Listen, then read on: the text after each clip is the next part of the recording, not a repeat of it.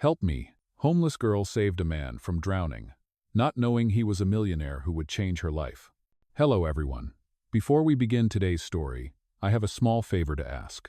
Please hit subscribe and turn on the notification bell so you never miss our channel's new videos.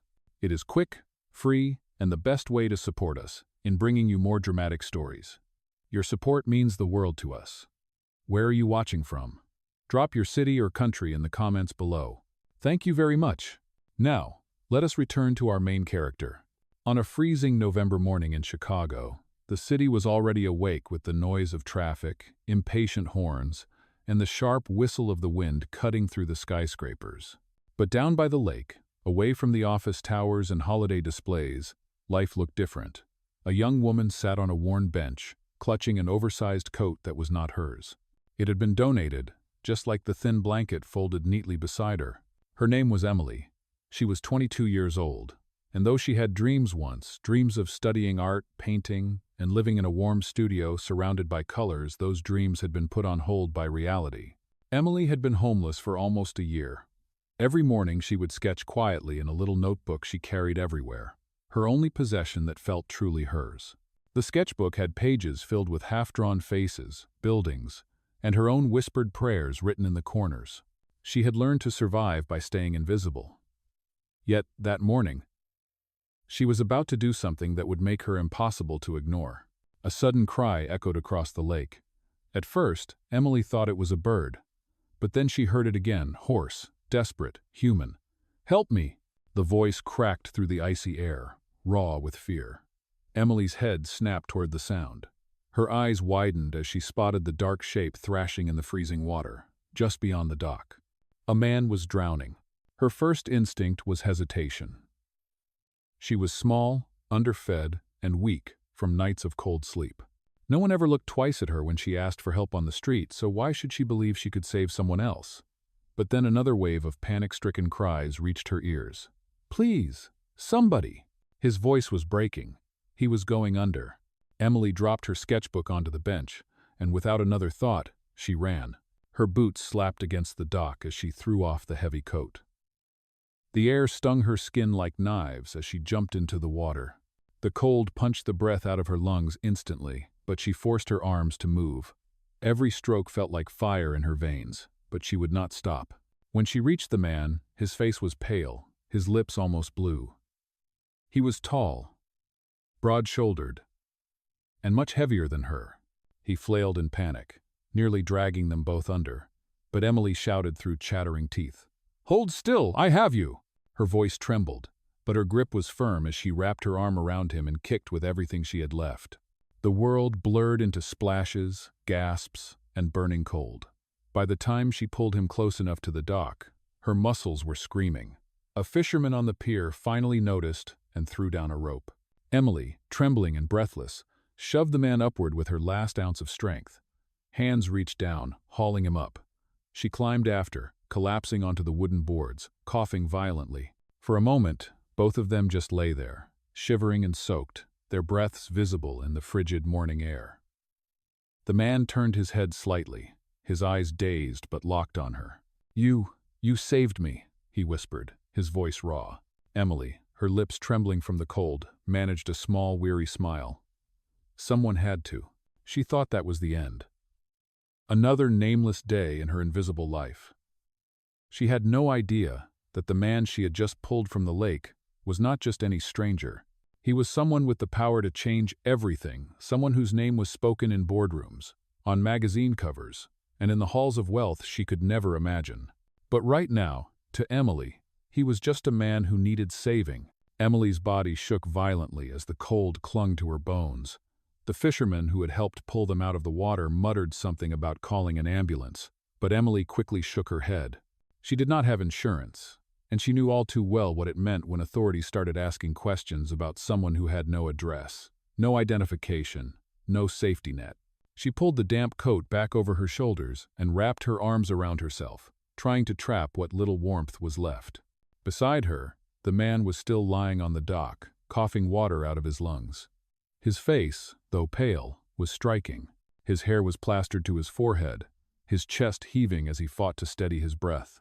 He looked at Emily again, this time with more clarity. "You could have walked away," he rasped. "Why did you?" Emily lowered her eyes. She hated being looked at directly. It made her feel like her scars were visible, her poverty written all over her skin. "Because nobody else was close enough," she replied softly. "I was there. That is all." The man tried to sit up, groaning. The fisherman hovered for a moment, but when the man insisted that he was fine, the fisherman shrugged and left, shaking his head at what he probably thought was another strange morning by the lake. That left Emily and the stranger alone. The silence stretched. Emily wanted to slip away before questions came. She reached for her sketchbook, which had gotten damp at the edges, and tucked it carefully under her arm. But then the man's voice stopped her. "Wait." His tone was not commanding, but it carried weight, like someone accustomed to being obeyed. Emily froze. Slowly, she turned back. The man was studying her, and there was something unsettling in his gaze, not suspicion, but curiosity mixed with disbelief. He seemed almost offended by the idea that someone like her could simply disappear after saving his life. "What is your name?" he asked. Her fingers tightened on the sketchbook. Names carried risk. Once you gave your name, you could be found, questioned, defined. But the way he asked made her hesitate. Against her better judgment, she answered quietly. "Emily." He repeated it, as if testing it on his tongue. "Emily." Then he nodded, as if committing it to memory. "I owe you." She shook her head quickly, backing away a step. "No, you do not owe me anything. Just take care of yourself." But the man did not look convinced. He struggled to his feet, unsteady but determined. His expensive shoes were ruined, his tailored coat weighed down with water, and yet even standing there, soaked and shivering, there was something about him that felt out of place on that dock. Emily noticed the watch on his wrist heavy, polished, far too fine for someone ordinary. She pretended not to notice, telling herself it was none of her business. When he reached for his wallet, she panicked. "Do not," she said firmly. "I did not do it for money." Her voice was sharper than she expected, cutting through the cold air. His hand stilled. He studied her again, but instead of offended, he looked almost impressed. "Not for money," he echoed. He seemed to file that away, like it was the most important detail about her. Emily turned then, ready to leave. She could already feel the weight of the city calling her back to the shelters that turned her away when they were full, back to the corners where she sketched for distraction, back to invisibility. She did not need complications, especially not from men who looked like they belonged to another world. But as she walked away, she felt his eyes on her, following, questioning, refusing to let her fade back into the gray morning. She had no idea that this single act of kindness had bound their paths together, and that the man behind those eyes was not just any stranger pulled from a freezing lake. He was someone who carried an empire in his name, and he was not about to let the girl who saved him disappear. The next morning, Emily's body still ached from the cold water. She had barely slept, huddled in the corner of a shelter that had agreed to take her in only after midnight when a bed opened up. Her sketchbook, though wrinkled from the damp, was safe under her pillow. She clung to it like a lifeline. As the sun rose, she walked toward the library, where she often spent her days. It was warm, and more importantly, it was quiet. She could sketch unnoticed and charge her phone, the cheap, prepaid one she used mostly to check job listings. She pushed open the heavy glass doors, the scent of paper and dust rushing over her. But as she stepped inside, she froze. Across the room, at one of the long oak tables, sat the man from the lake. He was dressed differently now, in a perfectly fitted suit that seemed to catch the light with every movement. His hair was neatly combed, his skin no longer pale, and yet there was no mistaking him. Emily's stomach tightened. Her first instinct was to turn and leave. She could not afford whatever this was. Rich men did not follow homeless girls unless there was some hidden reason. But before she could back away, his eyes lifted. He saw her instantly, and this time, there was no chance of disappearing into the background. He stood, and the room seemed to notice him. Even in a library, where people kept their voices low and their heads buried in books, heads turned. He walked toward her, every step deliberate, and Emily felt the weight of curious eyes on her, as if the entire city had suddenly remembered she existed. "Emily," he said when he reached her. The way he said her name sent a shiver through her. It was not a question, it was recognition. She looked down at the floor, gripping her sketchbook. "You should not be here." "I had to find you," he replied calmly. "You saved my life." She shook her head. "I told you. You do not owe me anything." He studied her for a long moment, then said softly, "Maybe I do." Emily hated the way her chest tightened at his words. She had learned not to trust promises, not to believe in sudden kindness. People who noticed her usually wanted something, but his eyes did not look greedy. They looked searching, as though she was the mystery he could not solve. "What is it you want from me?" she asked, her voice barely above a whisper. He tilted his head. "Nothing, only to thank you properly." When she stayed silent, he added, "At least let me buy you breakfast. You look like you could use a hot meal." Her pride flared instantly. The suggestion felt like pity, and she had endured enough of that. "I am fine," she said quickly, hugging her sketchbook tighter. But just then, her stomach betrayed her, growling audibly in the quiet library. Heat rushed to her cheeks, and she wished she could disappear into the floor. His lips curved into the faintest smile, not mocking, but gentle, as if he had already expected that answer. "Come with me," he said softly. "One meal, that is all I ask." Emily hesitated. Her instincts screamed to keep her distance, to protect herself from whatever he represented. Yet something in his tone made it hard to refuse. Against her better judgment, she followed.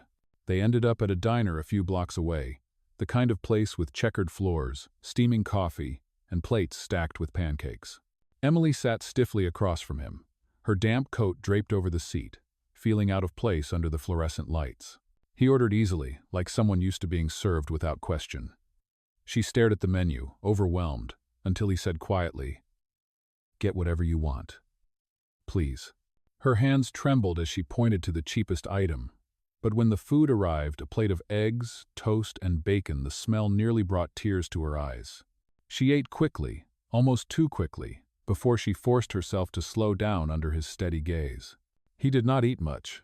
Instead, he watched her, not in judgment, but as if each detail mattered. Finally, he asked, "How long have you been living like this?"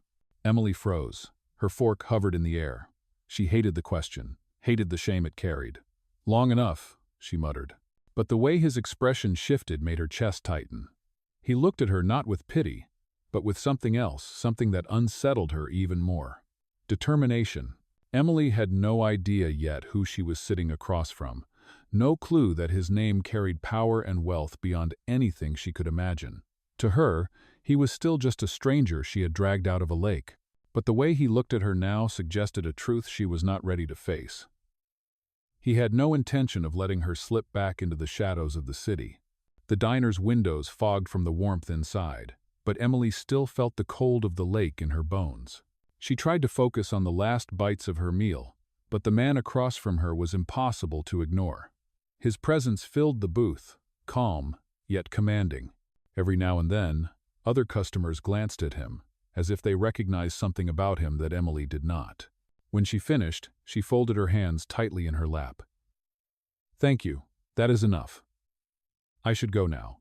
He leaned back in his seat, studying her. "Do you always run away this quickly?" Her chest tightened. "I am not running. I do not belong here." His brow furrowed, as though the idea disturbed him. "You belong anywhere you choose to be. Do not let the city convince you otherwise." Emily looked away, the words striking deeper than she wanted to admit.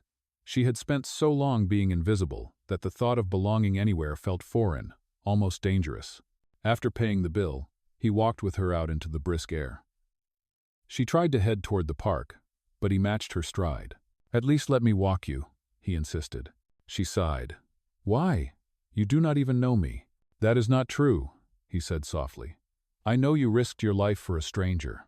I know you refused money when it was offered. I know you are stronger than you believe." Emily's steps faltered. No one had ever described her that way. Most people looked past her, or at best, through her. His words felt heavy, like a weight she did not know how to carry. As they crossed an intersection, she pulled her coat tighter. The city roared around them, cars honking, people rushing, neon signs flickering. In the chaos, his voice cut through. "Emily, may I see your drawings?" She stiffened. "No." "Why not?" "Because they are mine," she said quickly, clutching the sketchbook. "They are the only thing I have left that is mine." He nodded slowly, as if he respected the boundary. "Then keep them safe. They must be important." Something about his tone softened her guard. For a moment, she saw no arrogance, no pity, only genuine interest. It frightened her more than contempt ever could. They reached the edge of the park where she usually spent her afternoons. Emily stopped. "This is where I go," she said. "You should not follow me further." He hesitated, then gave a small nod. "All right, but this is not goodbye." Her breath caught. She wanted to laugh at the certainty in his voice, but something in his expression stopped her. It was not a threat, not even a promise. It was conviction. She turned quickly, walking away, her heart thudding louder with each step. She sat on her usual bench, opened her sketchbook, and tried to lose herself in pencil lines. But she could not stop replaying his words, his eyes, the way he had looked at her as though she was not invisible at all. That night, when Emily curled up under her blanket in the shelter, she pressed the sketchbook to her chest. She told herself she would never see him again. That was safer. That was how survival worked. But she was wrong. Far across the city, in a penthouse that overlooked the skyline, the man stood by tall windows, still shivering faintly from the memory of icy water. His phone buzzed with messages, his name lighting up headlines, but he ignored them. Instead, his mind circled back to the girl with the sketchbook, the one who had risked everything for nothing in return. For the first time in years, the empire he carried felt heavy and strangely, incomplete without her. The following days blurred together, but one detail remained constant. He kept appearing. Emily would be sketching quietly near the park fountain, and suddenly, there he was with 2 coffees, placing one on the bench beside her. She would protest, but he would simply smile and say, "It is only coffee." At first she resisted, her pride sparking like a shield. Yet slowly, the walls she had built began to shift. He never pressed her for details she did not want to share. Instead, he asked about her art, her favorite colors, the shapes she saw in the skyline. He listened, really listened, as though her words mattered. For Emily, who had grown used to silence, it was disarming. Still, unease gnawed at her. His suit, his watch. The way people's eyes followed him wherever he went, it all pointed to a truth she could not quite name. He was not ordinary. And Emily, despite the small comfort of his company, knew that whatever world he belonged to was not hers. One evening, as the city lights flickered on, they sat together on the bench. The autumn wind carried the smell of roasted chestnuts from a nearby vendor. Emily flipped through her sketchbook, showing him the skyline she had drawn. He studied it with genuine admiration. "You see the city differently," he said quietly. She shrugged. "Drawing is the only way I can keep it from swallowing me." He looked at her then, not with pity, but with something far more unsettling respect. "Emily, you deserve more than this, more than cold nights and closed doors." Her chest tightened. "Do not say that. You do not know what I deserve." "I know enough," he replied. His gaze was steady, unwavering. She stood abruptly, snapping the sketchbook shut. "You are from a different world. Whatever this is, it cannot last." His jaw tightened, as if holding back words he wanted to release. For the first time, she saw the edge of authority in him, the kind that made others fall silent. "Different worlds can still meet," he said firmly. Emily shook her head. "Not without cost." The tension between them hung in the air like electricity before a storm. She walked away quickly, her heart hammering, desperate to create distance before she drowned in something far more dangerous than the freezing Lake Hope. Later that night, as she lined up outside the shelter, she heard whispers among the volunteers. A headline glowed on a phone screen. "Ethan Ward rescued from lake incident." Emily's breath caught. She froze in place as the pieces clicked together. Ethan Ward. The name was everywhere, business magazines, news reports, even billboards she had ignored on her walks. He was not just wealthy. He was one of the most powerful men in Chicago, a millionaire whose empire shaped half the city skyline she loved to draw. Her knees went weak. She had saved Ethan Ward.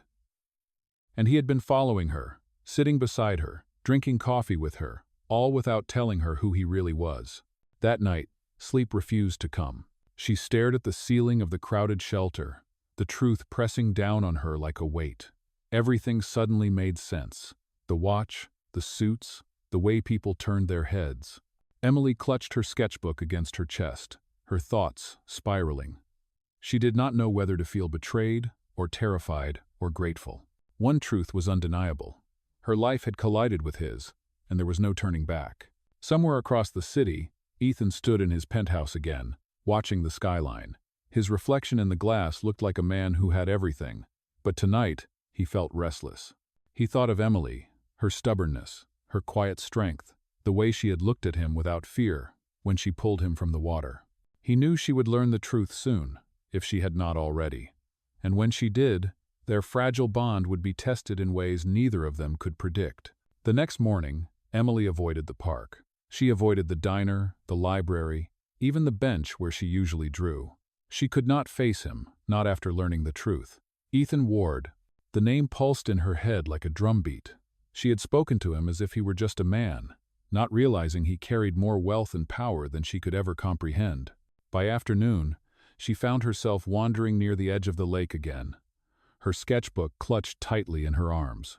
She told herself it was coincidence, but deep down she knew she was waiting for him to appear, waiting for answers she both craved and feared. And then, as if summoned, he was there. Ethan's tall frame cut through the crowd, his expression sharp, his eyes fixed on her. He moved with the kind of presence that made people step aside without realizing why. "Emily," he said, his voice steady. She stiffened. "Do not call me that." He paused, surprised. "It is your name." "Oh, it is not your right to use it," she shot back, her tone trembling with fury. "You lied to me.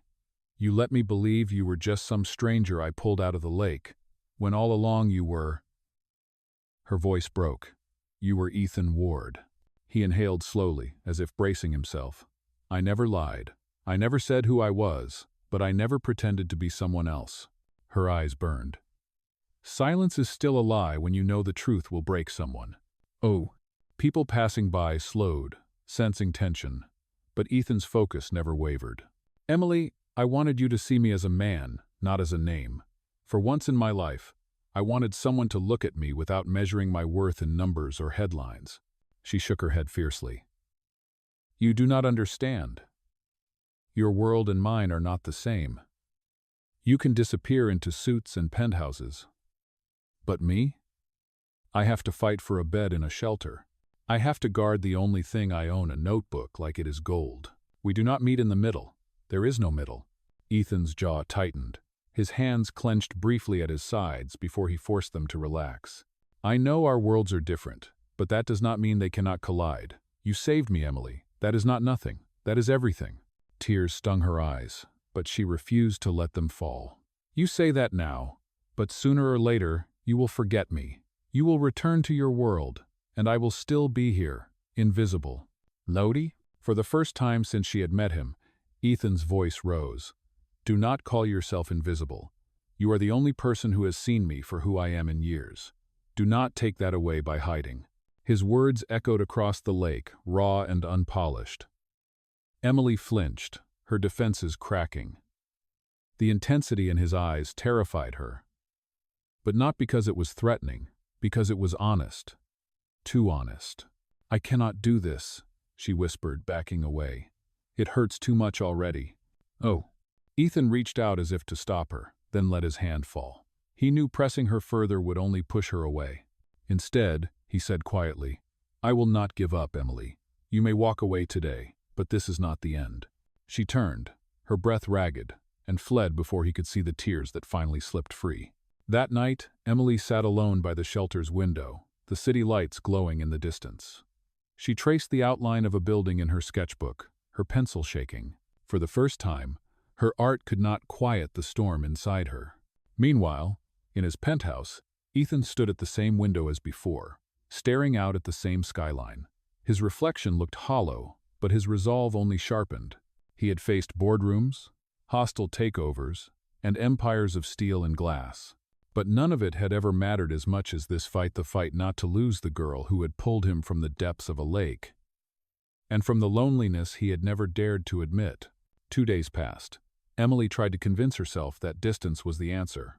She filled page after page of her sketchbook, drawing until her fingers cramped, hoping lines and shadows could bury the memory of Ethan's voice, the fire in his eyes. But silence had weight. Every empty hour reminded her that she had pushed away the one person who had looked at her without turning aside. On the third evening, a storm rolled in. The wind howled through the streets, scattering leaves and trash alike. Emily wrapped herself in her coat and searched for shelter, but the line at the mission was already full. With no other option, she found herself at the park again, the rain soaking through her hair as she sat beneath the awning of a closed food stand. She was cold, hungry, and furious at herself for feeling more abandoned than ever. Through the curtain of rain, headlights cut across the pavement. A black car pulled to the curb. The door opened, and Ethan stepped out, the storm whipping at his coat. He carried an umbrella, but he ignored it, striding directly toward her as if the rain itself could not touch him. Emily's heart leapt and sank all at once. "You should not be here," she said, her voice breaking against the roar of the storm. He stopped in front of her, rain dripping from his hair. "I had to see you." She shook her head, her tears indistinguishable from the rain. "Why? So you can prove that the great Ethan Ward is capable of pity?" His expression hardened. "This is not pity. Do you think I would stand here, in the middle of a storm, just to hand out charity? No, Emily, this is something else." Her voice cracked. "Then what is it? Why me, when you could have anyone in your world?" Ethan stepped closer, his words sharp with conviction. "Because in the moment I was drowning, it was not my wealth that saved me. It was not my power. It was you. And since that moment, I have not been able to see the world without you in it." Her breath caught. The storm roared around them, but all she could hear was the pounding of her own heart. Ethan reached into his coat and pulled out something small. It was her sketchbook. "You dropped this the day we met," he said. "I kept it safe. Every page tells me who you are, and none of it says invisible. You are more real than anyone I have ever known." "Oh." Emily's hands trembled as he placed it back into her grip. She clutched it to her chest, her defenses crumbling under the weight of his words. For the first time, she allowed herself to meet his gaze fully, without flinching. What she saw there was not a millionaire, not a headline, not a man untouchable by the city. She saw a soul as desperate as hers, reaching for something beyond status, beyond survival, something human. The storm raged, but in that moment, something inside Emily broke open. She could not deny it anymore. Their worlds had collided, and the truth was no longer an enemy. The storm eased by dawn, leaving the city washed clean, the streets glistening beneath pale light. Emily had not returned to the shelter. Instead, she found herself walking beside Ethan, her soaked coat heavy on her shoulders but her sketchbook pressed safely against her chest.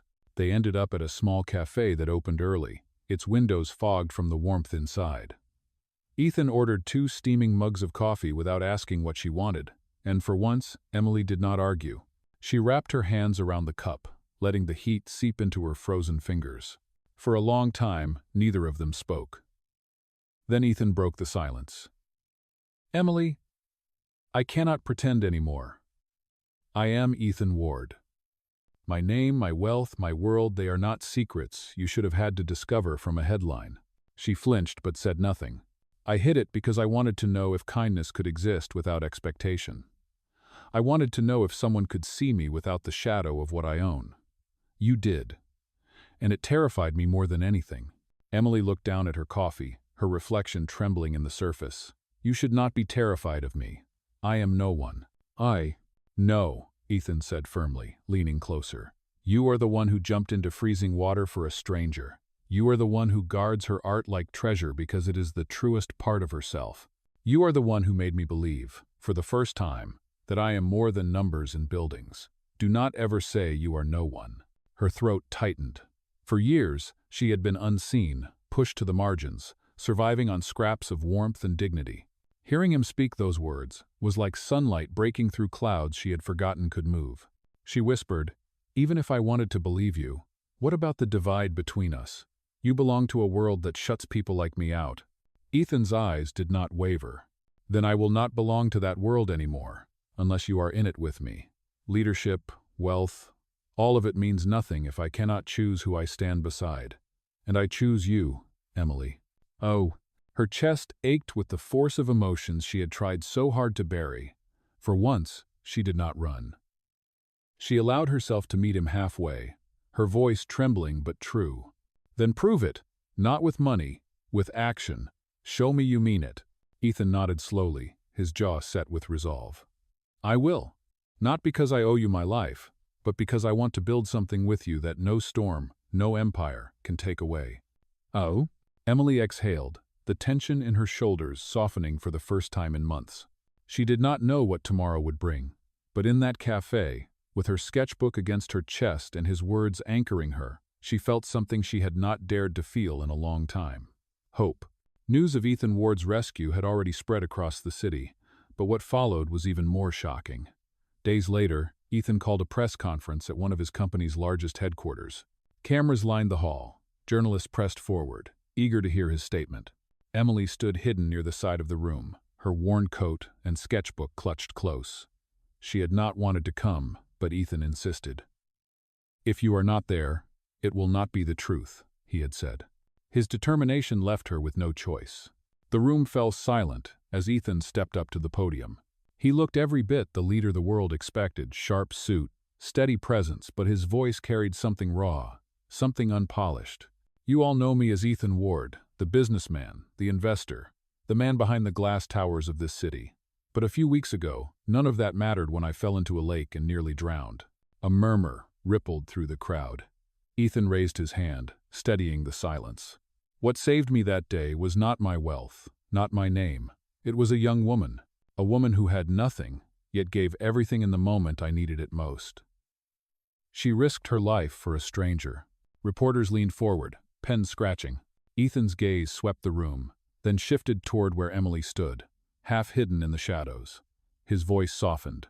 Her name is Emily. She taught me that true worth is not measured in money, but in kindness, courage, and dignity. She made me see that leadership is not about status, but about action. Emily's heart pounded as faces turned, eyes searching for her. She wanted to disappear, but Ethan's words held her in place. He continued. From this day forward, I will not allow my company to close its doors to those who are most in need. We will fund shelters, open community centers, and create programs that honor people like Emily, people who prove that integrity is not about where you live, but about who you are. The room erupted in questions, cameras flashing, but Ethan stepped back, his statement complete. He walked toward Emily, ignoring the swarm of reporters, until he stood directly before her. For a moment, it was just the two of them again, as it had been on the dock, in the diner, in the storm. Ethan reached out his hand, steady and sure. Emily, he said, his voice low enough for her alone. This is not about repayment. It is about choice. I choose you, openly, without shame. Emily's throat tightened. The weight of every struggle, every cold night, every moment of being unseen pressed against her. And yet here he was. Not as a millionaire above her, but as a man beside her. Slowly, with trembling fingers, she placed her hand in his. The cameras exploded with flashes, capturing the moment. But for Emily, none of that mattered. What mattered was the truth in his eyes, the warmth in his hand, the knowledge that she was no longer invisible. Their worlds had collided, not in tragedy, but in justice and love. And for the first time in a long time, Emily believed in a future where kindness was stronger than status.